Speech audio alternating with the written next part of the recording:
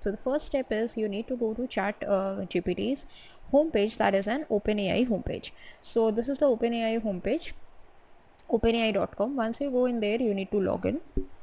So once you log in, you will get these two options, either ChatGPT or the API. Since we are going to work with the OpenAI API at this point, so I'm going to select this API option. Once you select that, you will get this kind of a page. So what you need to do over here is go to this very left side menu. Here you will find this lock icon which shows API keys. So let's just click on that. Here you will see all the API keys that have been created by you. So for the purpose of this video, I'm just going to create a new API key. So just click on create a new secret key.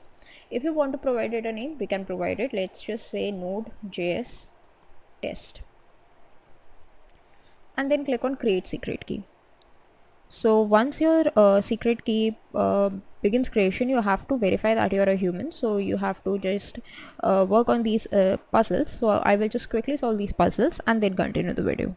Now once your action is complete, once your verification is complete, you will get this OpenAI key. So we can just simply copy it from here and click on done. Now the reason I'm showing it on the internet is because I'm just going to delete the key after this whole video is completed. Okay,